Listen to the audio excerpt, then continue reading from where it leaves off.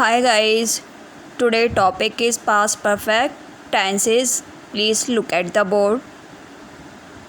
Yes guys, first time हमने पढ़ा था प्रेजेंट के बारे में, उसके बाद हम नेक्स्ट टॉपिक था हमारा पास्ट, उसके बाद हमने पास्ट की इंडेफिनिट सिंपल पास्ट किया, पास्ट कंटिन्यूस किया। नेक्स्ट है थर्ड पार्ट पर आते हैं हम। नेक्स्ट हमारा टॉपिक है past perfect tense. Past perfect tense तो फर्स्ट मैं डेफिनेशन करा रही हूँ।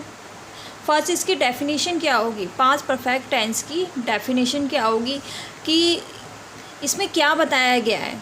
दोनों तरीके से ही मैं आपको बताऊंगी, इंग्लिश में भी और हिंदी में भी इंट्रोड्यूस कराऊंगी और इंग्लिश में भी।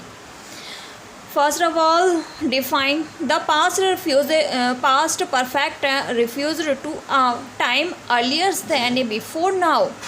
It is used to make it clear that one event happened before another in the past. It does not matter which event is mentioned first. The tenses makes it clear which one happened first. पहले मैंने आपको introduce कराया था English में, next है हिंदी में मैंने इसकी डेफिनेशन लिखी है। वाक्यों के अंत में आएगा, वाक्यों के अंत में चुका था, चुकी थी या था, ही थी, ये या थे आदि शब्द आते हैं तो उसे हम क्या कहते हैं, पास्ट परफेक्ट टेंस कहते हैं। यानी कि जिस वाक्यों के अंत में चुका था, चुकी थी या थे, ये थे आदि शब्द आते हैं उन्हें हम पास्ट परफेक्ट टेंस कहते हैं। इसमें हेल्पिंग वर्ब किसका यूज़ होगा, हेड का यूज़ होगा। इसमें हेल्पिंग वर्ब हेड का यूज़ करेंगे हम और उसके साथ वर्ब की थर्ड फॉर्म का यूज़ होगा। मैंने यानी कि हिंदी में सेंटेंस लिखा है, राम स्कूल जा चुका था, यानी कि था, थे, थी जिसमें आ जाए उसे हम क्या कहेंगे, पास्ट परफेक्ट कंटिन्यूअस टेंस कहते हैं। इसकी यानी कि पहचान होती है एक ये।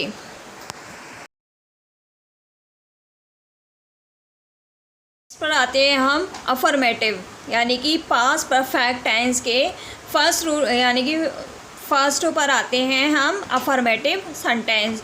ये यानी कि हर रूल्स में होते हैं अफर्मेटिव, पॉजिटिव और क्वेश्चन मार्क। यानी कि अफर्मेटिव यानी कि पॉजिटिव सेंटेंस। फर्स्ट रूल होगा इसका, एक वचन तथा बहुवचन कर्ता के साथ हेड लगाकर थर्ड फॉर्म का यूज़ किया जाता है। यानी कि कोई भी अगर सेंटेंस होगा इसमें किसका यूज़ होगा, हेड का यूज़ होगा और उसके बाद फॉर्म क्या लगाएंगे हम, थर्ड की, वर्ब की थर्ड फॉर्म लगाएंगे। नेक्स्ट रूल में आता है, सेकंड रूल होगा, जिन वाक्यों में दो कार्य भूत में पाए जाएं, जिन वाक्यों में दो कार्य यानी कि एक ही सेंटेंस में दो वाक्यों का होना, एक ही सेंटेंस में दो वाक्यों का होना। कि जैसे फॉर एग्जांपल मैं आपको दे रही हूँ कि जैसे मैं ये काम कर रहा था और तुम ये काम कर रहे थे, यानी कि उसमें था, थे, थी का यूज़ होता है। तो मैंने एक आपको एग्जांपल बताया है कि यानी कि दो सेंटेंसों का यूज़ होना, तो हम किस तरह से बनाएंगे उसमें, यानी कि अगर एक ही सेंटेंस में दो सेंटेंसों का यूज़ हो रहा है तो हम किस तरह से उनका यूज़ करेंगे और किस तरह से बनाएंगे। मैंने आपको सेकंड रूल्स में लिखा है, जिन वाक्यों में दो कार्य भूतकाल में पाए जाएं उनमें से जो काम पहले समाप्त हो चुका हो उसे पास्ट परफेक्ट टेंस कहते हैं। यानी कि अगर कोई भी काम जो है पहले समाप्त हो जाता है उसे हम क्या कहेंगे, पास्ट परफेक्ट टेंस कहते हैं। अर्थात और कर्ता में हेड, इसके बाद क्रिया की थर्ड फॉर्म लिखते हैं और जो कार्य बाद में हुआ हो उसको सिंपल पास्ट टेंस कहते हैं। यानी कि जो कार्य बाद में हो रहा है उसे हम क्या कहेंगे, सिंपल पास्ट टेंस कहते हैं। अर्थात सबसे पहले कर्ता और क्रिया की सेकेंड फॉर्म लिखते हैं। यानी कि हम उसके बाद क्या लिखेंगे, सबसे पहले कर्ता का यूज़ होगा, उसके बाद क्रिया और फिर सेकंड फॉर्म को हम लिखेंगे। नेक्स्ट रूल है हमारा थर्ड, वाक्यों में। थर्ड रूल है पास्ट परफेक्ट का, रूल नंबर थर्ड में क्या कह रहा है, वाक्यों में बाद शब्द का प्रयोग पर बाद में होने वाला कार्य प्रिंसिपल क्लोज का मीनिंग होता है प्रधानाचार्य। क्लोज का मीनिंग क्या होता है, धारा।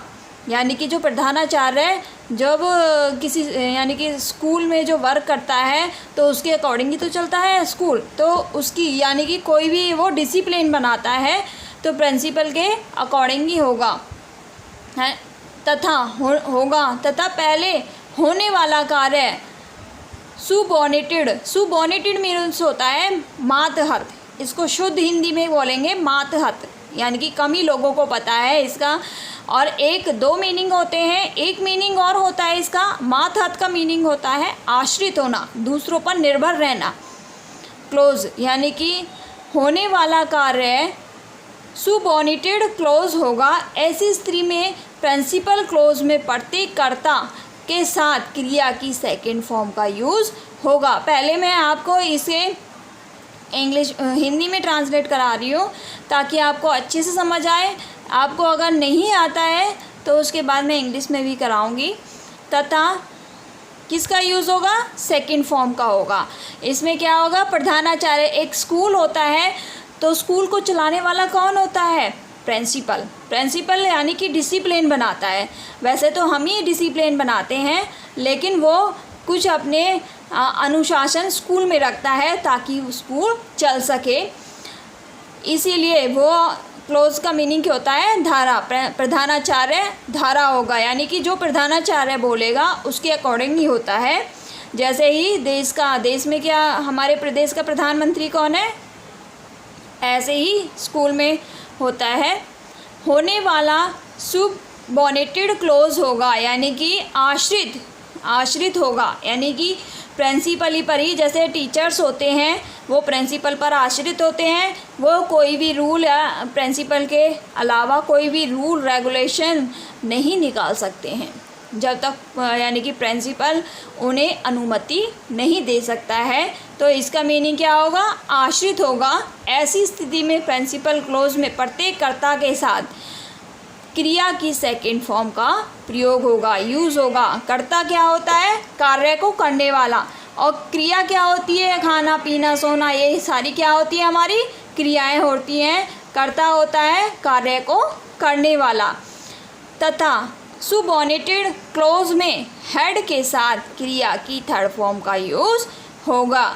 यानी कि इसमें अगर ये वाला इन दोनों में आ जाए, प्रिंसिपल और सुबॉर्डिनेटेड, प्रिंसिपल क्लोज और सुबॉर्डिनेटेड में दोनों अगर ये शब्द यानी कि दोनों ही आ रहे हैं तो इसमें किसका यूज़ होगा, कर्ता के साथ क्रिया की सेकंड फॉर्म का यूज़ किया जाएगा।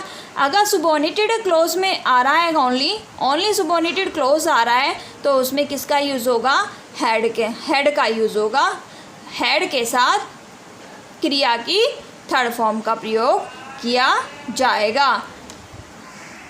फोर्थ रूल है, यदि वाक्यों में ऑलरेडी पहले ही प्रयोग हुआ है, यानी कि ऑलरेडी अगर पहले से ही आया हुआ है सेंटेंस में, तो एक क्लोज के होने पर भी हेड का यूज़ किया जा सकता है।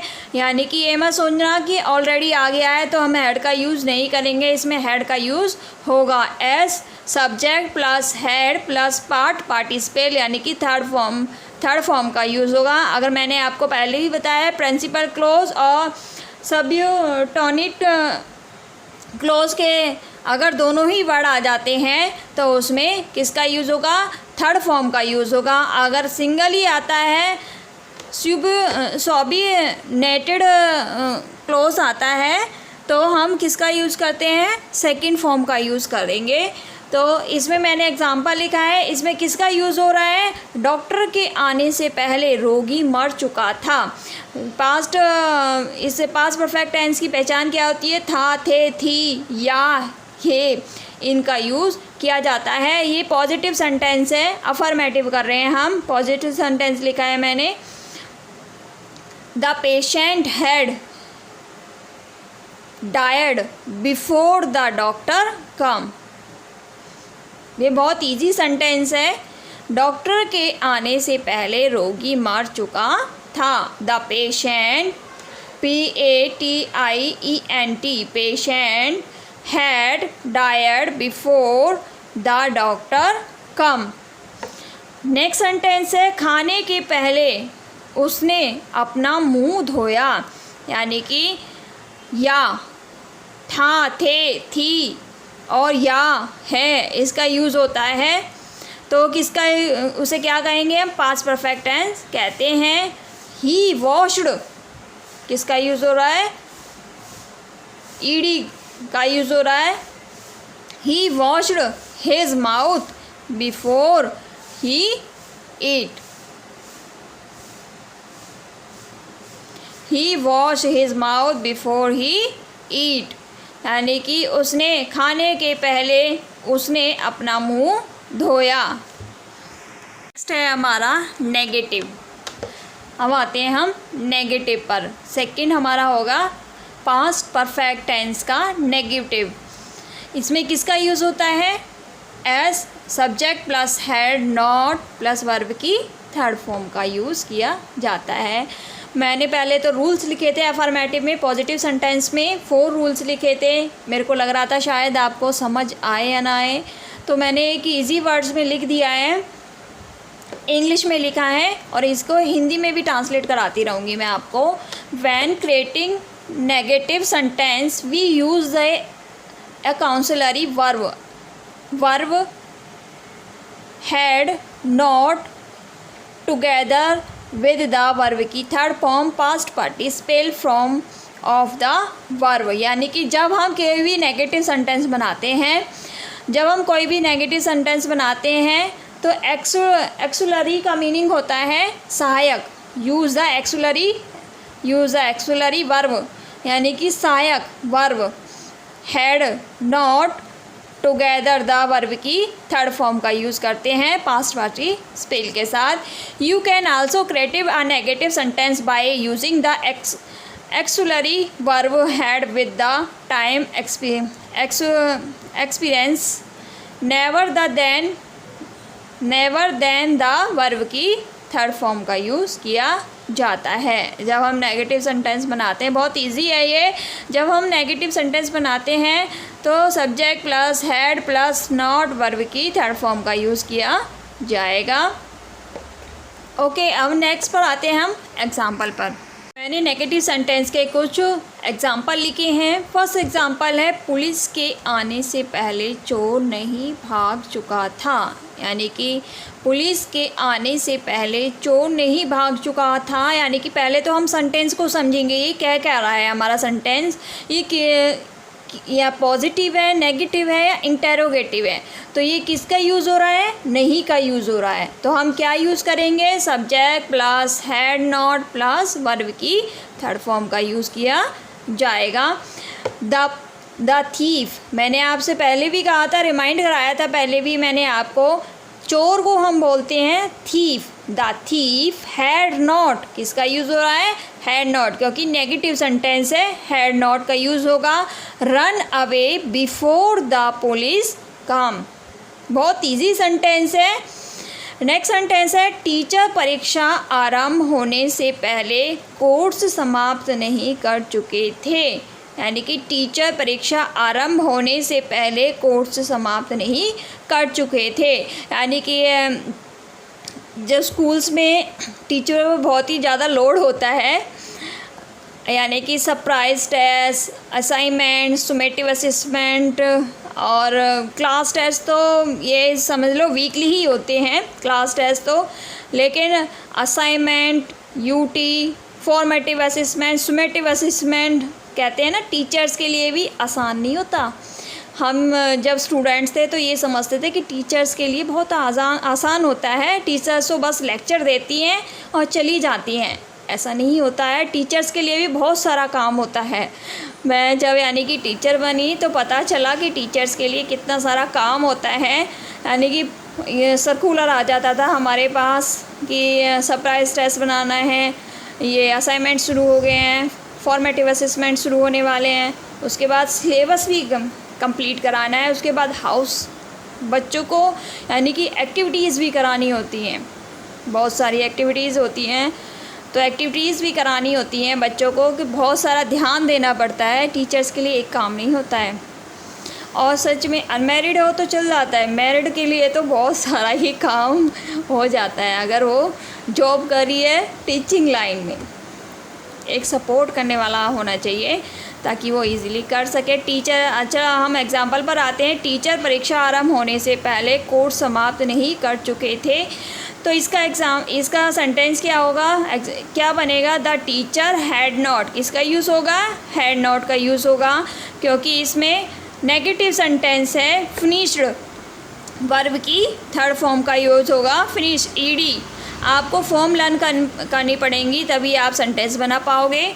The course before the examination began, the teachers had not finished the course before the examination began. ये हमारे क्या थे? नेगेटिव सेंटेंस के थे।